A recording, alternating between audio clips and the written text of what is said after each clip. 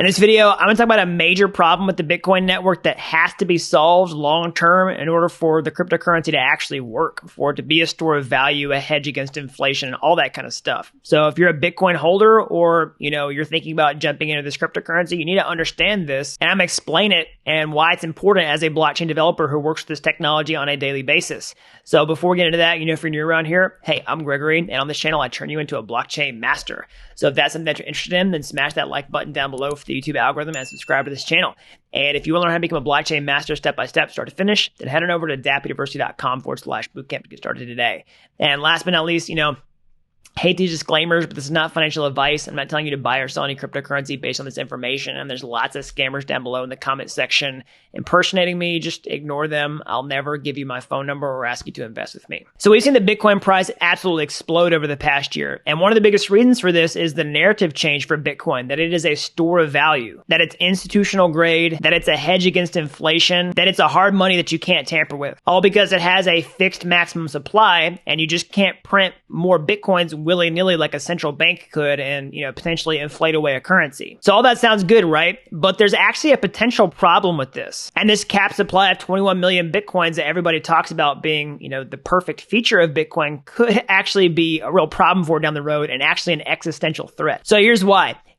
Have you ever asked yourself what happens when all the Bitcoins in the world have ever been mined? How will new Bitcoins be created? What incentives will there be to actually mine Bitcoin? How will the network actually run? So let me take you onto my whiteboard here, show you why this is a problem and what the potential solutions are down the road. But really quickly before I do that, I want to disclose that I do hold Bitcoin. So I'm not saying this is like an existential threat tomorrow. More on that in a second. All right, so let's see how the Bitcoin network actually functions to see why this is a problem in the first place. So let's just say that I want to send you one Bitcoin. It's a really simple transaction from my wallet to yours. Okay. Anytime I do this, I send you one Bitcoin plus pay a small fee. All right. So whenever that transaction takes place, it goes to the blockchain, and that's how the balance is updated. Okay. So on the blockchain, you have all these Bitcoin nodes that talk to one another. They maintain a copy of the public ledger. So the miners essentially participate in adding this transaction to the blockchain. So they are paid two ways. All right. One is through the fee that I pay when I send the Bitcoin to you, but also through the block subsidy.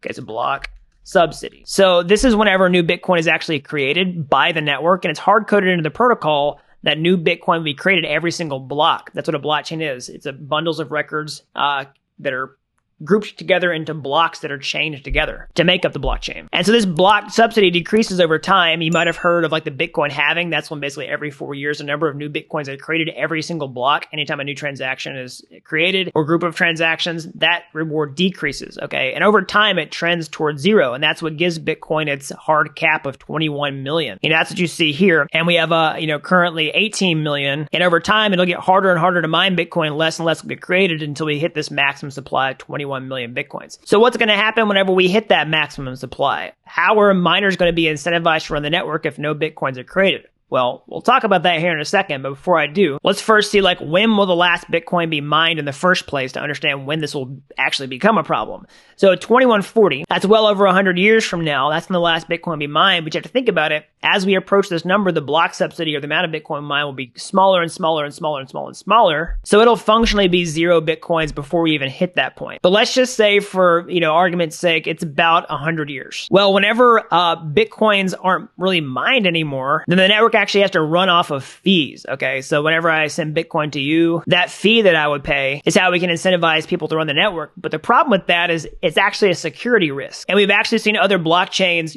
build off of Bitcoin's model and to change this and to provide alternative solutions. I'll talk about that more in a minute. But this thing that Bitcoin says is, the most amazing thing about it, this hard cap could actually be a problem when there's no more Bitcoins being mined and the network actually has to run off of fees. So what do we do about this? Well, like I said, it's going to be a long time before this is really a true problem. Let's just say about 100 years, maybe a little bit less if we functionally approach that problem sooner. So it's not like we have to figure this out tomorrow. So like I said, I do hold Bitcoin in my portfolio. So it's not like I'm just dumping Bitcoin based on this news. I know this is a problem. I know it's been a problem for a while, and so do lots of other people. So what are we doing about it?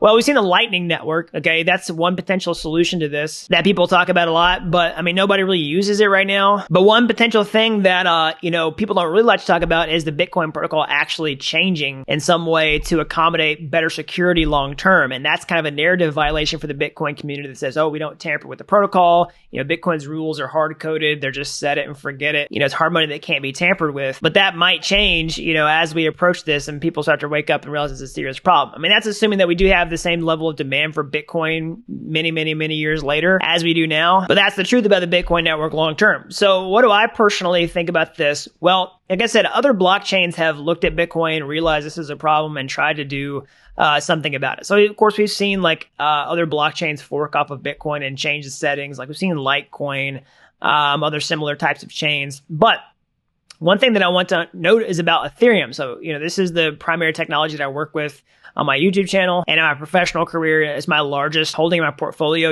full disclosure. But Ethereum has addressed this problem by actually having an infinite supply. So most people say, oh my goodness, ETH has an infinite supply, it can never be a store of value, all that kind of stuff. But what you have to understand is ETH does have an infinite supply, but a fixed issuance schedule. And of course, there'll be lots of Bitcoin people that say, oh, but the ETH protocol could change. Well, going back to what I was saying a minute ago, I mean, realistically, the Bitcoin protocol could change over time if it's an existential threat to the network. So anyways, with the ETH supply, it does have an infinite supply, but it has a fixed issuance schedule. So a really easy way to visualize this is to think about something that's not cryptocurrency related that you can just see with simple math. So let's say you have 100 apples, right? And then every year you add 10 new apples to that batch, and you're always adding 10, okay? Of course, 10 new apples are added every year. That's a fixed issuance.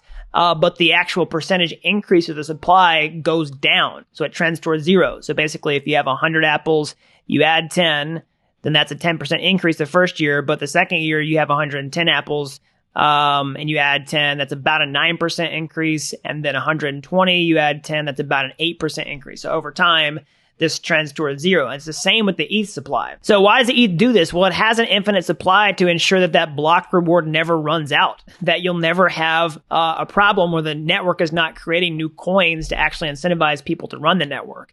So the thing about ETH on its roadmap, and this is one of the reasons that I favor ETH long-term over Bitcoin potentially as a store of value. And don't forget, cryptocurrency right now, I know this is a narrative violation, but cryptocurrency right now is figuring out if it is a store of value. We're testing that hypothesis currently because, if the cryptocurrency prices crashed on like crazy tomorrow, let's say Bitcoin went back to $10,000, nobody's going to think it's a store of value anymore. So if we're going with that assumption that cryptocurrency could be a store of value, then ETH potentially could be a better store of value than Bitcoin for this reason. And don't forget, if you've been watching this channel at all, you know that EIP 1559 is happening later this year that can actually burn ETH whenever new transactions are created. And this could potentially offset the issuance of new ETH that's issued on the blockchain at times of peak activity. And if you span out over long periods of time, let's say a year, then the actual net annual issuance could be negative. And so that's one reason why ETH has an infinite supply. That's when we move to proof of stake and the stakers secure the network, that will never run out of ETH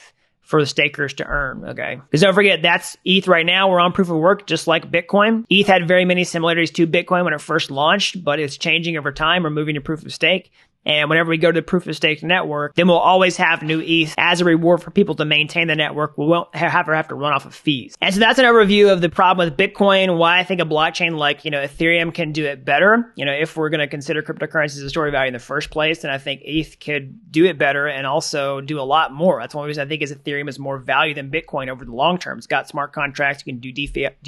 You can do DeFi with it. You can actually stake Ether. You can't stake Bitcoin. You can't put Bitcoin natively into a smart contract to earn high yield like you can on top of ETH. And that's why I'm so bullish on this blockchain, this particular cryptocurrency long term. Of course, not financial advice. So go back to what I was saying a minute ago about this. Should you worry about this problem with Bitcoin? Well, like I said, look what I'm saying and what I personally do. I do hold Bitcoin. I hold a lot more Ether for lots of reasons, but I still hold Bitcoin. So I'm not saying that I'm worried about this tomorrow or even next week or even next year. This is a long-term thing, and we do have a lot of time to figure out the best solution for this. But it is a real problem that has to be addressed. And one of these potential solutions is really ETH just taking the place of what Bitcoin currently does. I'm not saying that will happen, but it's definitely within the realm of possibility. But I do think this is something you definitely need to know about if you're going to hold Bitcoin for the long term. Let's say you're young and you were thinking about holding Bitcoin I don't know, for life, then this could be potentially a problem that you have to encounter at some point in your entire investing career. And it's also really important when you're trying to evaluate, hey, what's the long-term opportunity in this space? It's really important to talk about, and a lot of people, frankly, don't talk about it. So that's all I got for today. As always, smash that like button down below for the YouTube algorithm. Subscribe to this channel if you haven't already. That really helps these videos out so the more people can learn about blockchain. If you're as fascinated with this technology as I am and you want to get your hands dirty, how can you get started today?